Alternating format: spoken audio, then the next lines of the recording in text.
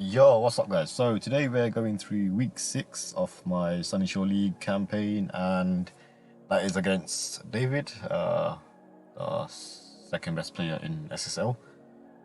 And yeah, here is the matchup. So, yeah, this is my team. I fixed the Quagsire, that is Grand Bull now. And we're actually missing Quagsire because that makes Charizard X a massive threat. As you can see, I don't really have any checks to it. Quagsire would have been a great one, a hard counter with Unaware, but now we've just got like nothing.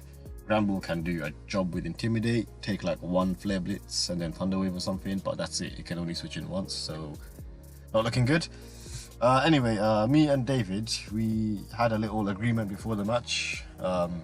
Because this league isn't like too serious, it's kind of just like a friendly, casual kind of league. Me and David said before the match, for some reason, that I said he doesn't bring Agislash and I wouldn't bring Tornadus 3, and we had some agreement before the match. So technically the matchup is like this: no Torn and no Agi. Now, because of that, what I found was with his Agi gone, he has no normal resist. Yeah, he has no normal resist, and that's how I started. I went with this Licky set, and yeah, I mean the reason for that is because he has no normal resist left. I thought this could potentially put in a lot of work, get some little snowball effect going. So Spadeflic Licky itself could act like as a check to maybe Jolteon. Needle King kind of can take he avoids a 2-hit KO, but he can't really wall it, especially without reliable recovery anyway. And yeah, I guess like Comfy and whatever else. But yeah, Spadeflic Licky, and then obviously the main thing about this set is the Curse. So we got Curse, Rest Talk, and then Thrash, and nothing resists Thrash. And the reason we went with Thrash over something like Body Slam, or well, obviously Return is gone, but over Body Slam or like I don't know, Double Edge, was because Thrash got the 2-hit KO on Avalog at +6. And also it hit like certain 1-hit KOs and 2-hit KOs that like Return or Body Slam wouldn't. Body Slam wouldn't. So yeah, that's why we went with Thrash. And the other thing with Thrash is with own tempo, I avoid the confusion. So it's like a normal type. It's a normal type outrage without the confusion. So it's pretty strong there. And that's what Licky was there for. It's just like there to kind of maybe sweep. It's kind of little heat maybe, and of course at the same time it does fulfill some roles as well. But yeah, I thought this would put in a lot of work, so that's why I started with it. Next up we have Mamoswine. So as I was saying, we don't really have checks to Mega Charizard X. Mamoswine was there for exactly that. Now look at this crazy set that I made here. Obviously we do have Grand Bull, but again that's a soft check, and it's also there for the Obstacle Rune as well. So Mamoswine was here primarily as the Zard check, and that's what we did with this set. So as you can see, we went well, the attack is important. So the attack gets the 2-hit KO. Like if I Earthquake followed by Ice Shard, that would guarantee the KO on Mega Charizard X, and that's a Charizard X with 40 HP, which should, like if he's outspeeding Drapion and putting the rest into HP, he can only put 40 HP. So I accounted for 40 HP Zard X, and 40 attack guarantees the KO with Earthquake followed by Ice Shard. So that's what happened there. We got a little speed just for a little creep in, and then the rest in like HP and then Fizz Def. And yeah, let me show you why we have Thick Fat paired with Ockerberry. So here's the calc here. This is +1 Zard. Say he he done Dragon Dance and we're here now. Dragon Claw, no threat. I can take that after Stealth Rock, Earthquake, Ice Shard, bang. Flare Blitz with Thick Fat, so it's neutral there. Has a good chance to 1-hit KO. As you can see, 43%. Flare Blitz, even through Thick Fat and even with all this defense, is at +1. It's got a good chance to 1-hit KO. It's Tough Claws, it's Stab, no surprise in it. So we decided to pair Thick Fat with Ockerberry. So now, rather than being weak to ice, we're not neutral to it, we resist it. And now it's basically less than Dragon Claw. We have max 46 and Dragon Claw doing 62. So Mamoswine is looking comfortable as a Zardex check here. So yeah, I was quite happy with this thread. This set, it was very heat. It's and it looked like it could do the job. And of course, it's still my only stealth rocker in the draft, I believe. Yep. So of course Mammal did come for rocks. It wasn't elect immunity for Jolteon, and yeah, so we got Earthquake and Ice Shard for Zardex, and obviously Ice Shard also hits like Zygarde, Nidoking, bit of priority and all that, Crobat. And then knockoff, because that's what we needed. We didn't need Icicle Crash. Like I looked at the set, and you know, I wouldn't use Crash against Zard. I would use Ice Shard on Zygarde. Zardex I would Earthquake, then Ice Shard. Agislash I Earthquake. Nidoking I Earthquake. Obstagoon Earthquake or Ice Shard, not Icicle Crash. Crobat, yeah, I guess you could Icicle Crash, but then it's like 1-1. I'd rather go for knockoff and like, you know, knock off Avlog leftovers, Uxie leftovers, Crobat's boots, Seismitoad's leftovers or whatever. It's just a good move, innit?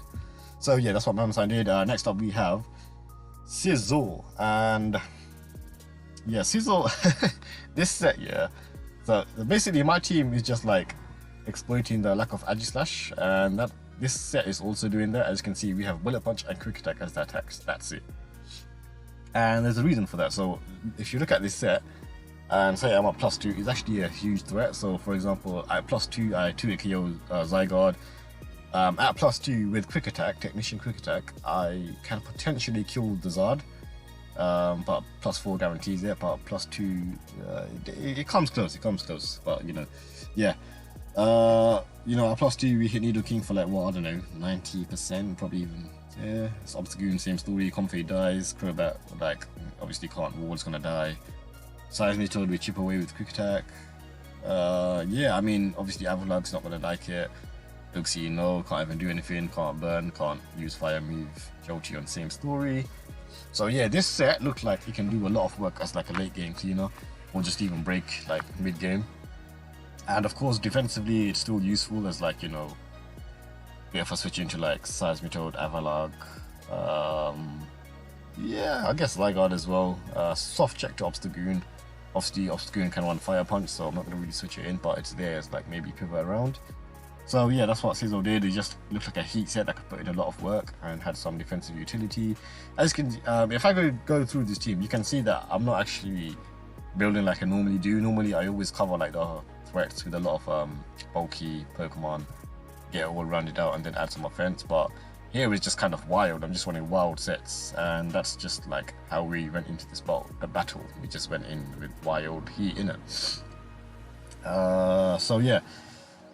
Next up was Gramble. So Gramble was basically like an emergency button. It's there so Zardex doesn't go crazy. So you know, we've got Intimidate and Max Fizz Def, so we can take Flare Blitz and then Thunder Wave it, or use Rock Tomb or Bulldoze to minus his speed and Revenge Kill it with Scarf, Chandelure or Goodra. Yeah, mainly it was the main switch into Obstagoon, and that's why we have Helmet, because it's probably gonna use Knock anyway, so leftovers wouldn't be helpful there. So I'd rather just get a little chip with Helmet before he knocks it off. So yeah, that's what Helmet did. Also, it chips away at Obstagoon even faster. You know, with the burn and Helmet, it's gonna be chipping away really fast. So yeah, that's what Gramble really did. It's just for Obstagoon. I guess it could also switch into Zygarde.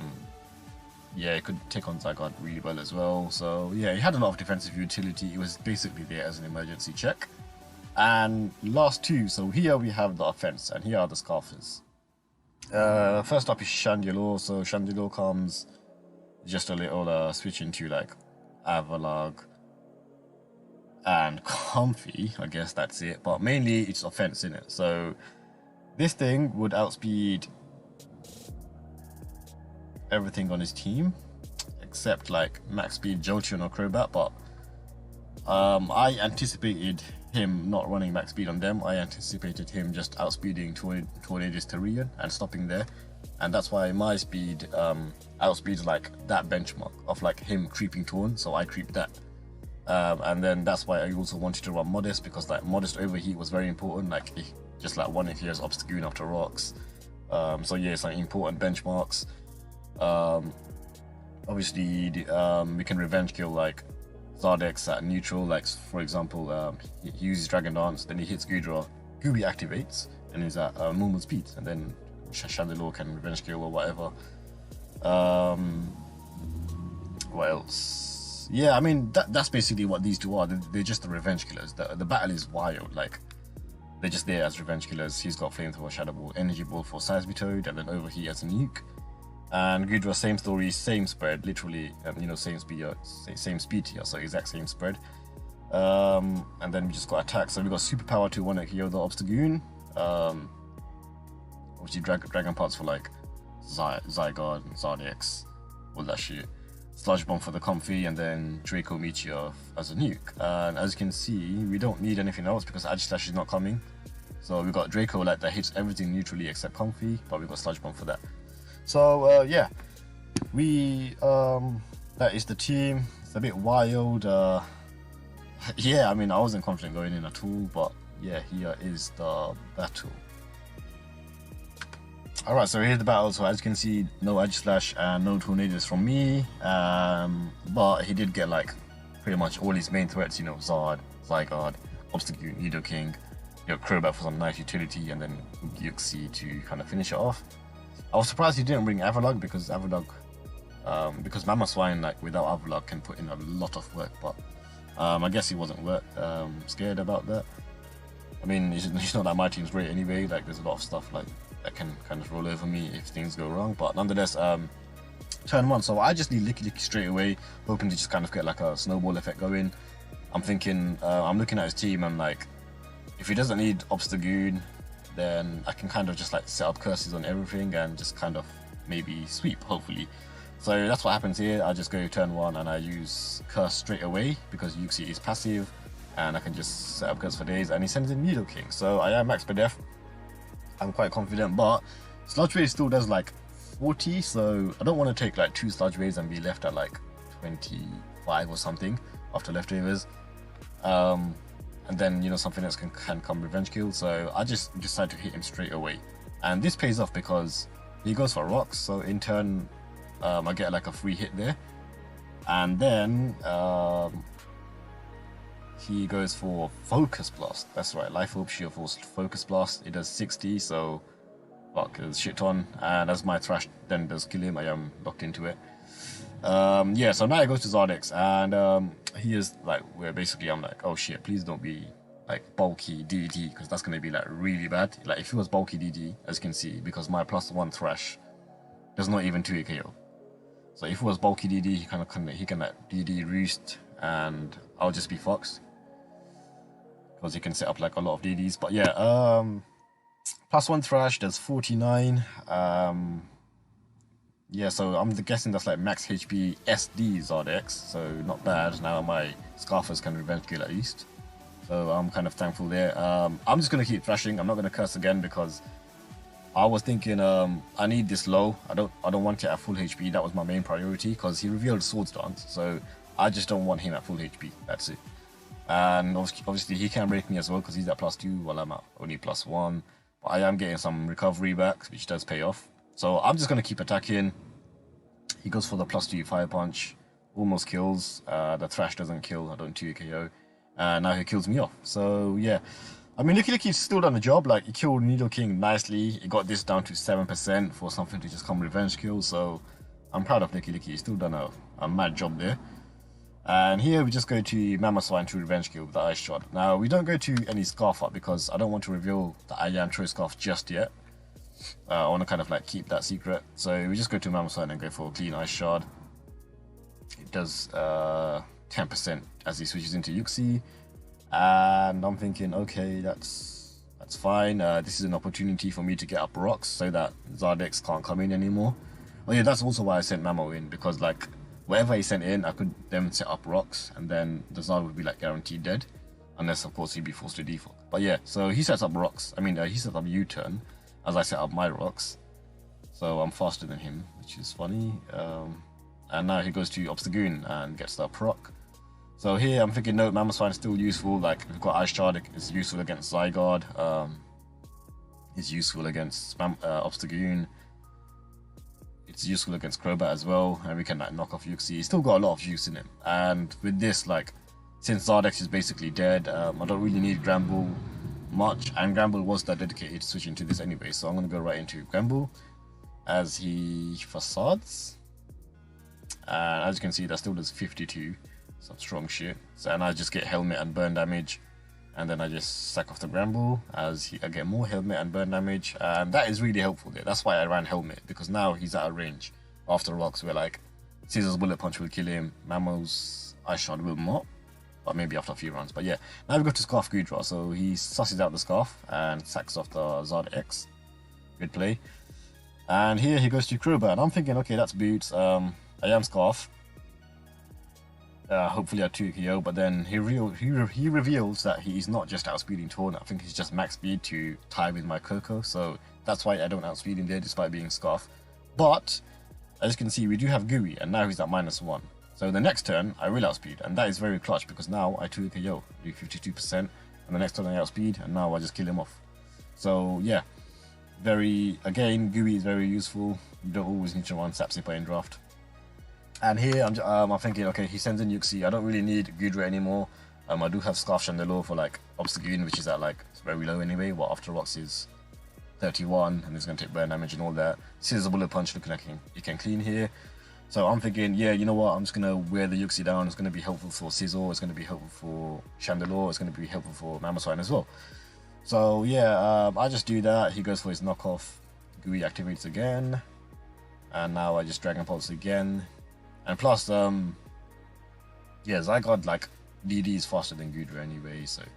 Yeah, I mean, the priority was just to get damage on Yuxi, and as you can see, we do just that. He's at 26, After Rocks 14.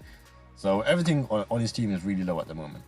So that's very good for me. Now I just decide to go to Scizor, because Scisor's the best play here, and the reason for that is because Bullet Punch kills him. So Mamoswine's Ice Shard can't kill him at this range, but Scisor's Bullet Punch does. We are max attack and technician, and Mamoswine is bulky. So yeah, and obviously if I go to Chandelure, I have to use like Fire Move, and that gives like a free turn to Zygarde because I'm locked into it. So Scizor was the best play because Bullet Punch will kill, and I don't give Zygarde free turns. I SD in front of his face. So yeah, I go for straight for Bullet Punch and not waiting to take Fire Punch, and he sacks off the Yuxi, and now he goes to Zygarde. And here's why Scizor was the play, because he can't set up on me. I'm going to SD on him as he tries to Koyo, so that could have been quite dangerous. Because that would probably mean he's Spadef, so Chandelure wouldn't have done much. And Mamoswine's Ice Shard, not invested, him at like +1 to defense, would not have done that much either. So I just go for my SD as he goes to Koyo. So I'm thinking, okay, I'm at +2, he's at +1. I'm just going to get damage now, hopefully put him in range of Chandelure. That's my priority. And yeah, he goes for Earthquake. I go for my other Bullet Punch, and his second Earthquake kills me off. And here we have Mamoswine, obviously. Scarf Chandelure could have also finished off, but I think, obviously, if I can't lock myself into Shadow Ball, it's just that with Flamethrower kill at this range. And I think what I did was I calced Flamethrower against Max Speed Zygarde, and I think it was a roll, so I think that's why I went Mamo to just Ice Shard. So he goes for his extreme speed. As you can see, he does nothing against my bulky Mamoswine, and Ice Shard kills it off. He shows Yashberry instead. So yeah, Ice Shard wouldn't have done much. And then there's the Obstagoon, which is at 12% after rocks, and Mamoswine finishes it off with Ice Shard. We do end up winning 2-0. Yeah, I mean, that was such a wild battle. Like, the way it went, like, it could have went different, honestly. Like, I think if he played different, sent in certain ones at different times, it could have went really bad for me, but I don't know, it's just, it was such a wild battle. It was all like he, and, you know, I kind of controlled it in a way. I sent in Licky Licky turn 1 and kind of got that snowball effect going to kind of pressure him. You know, and then Licky Licky took on like 1.9 mons. And then from there, he was kind of on the back foot where I could just kind of control the game. So it worked out in the end. But yeah, good game to David, and that was really fun. We do, little spoiler here, but we do play again in the playoffs, and that one's a serious battle, so you can look forward to that. Anyway, see you next time.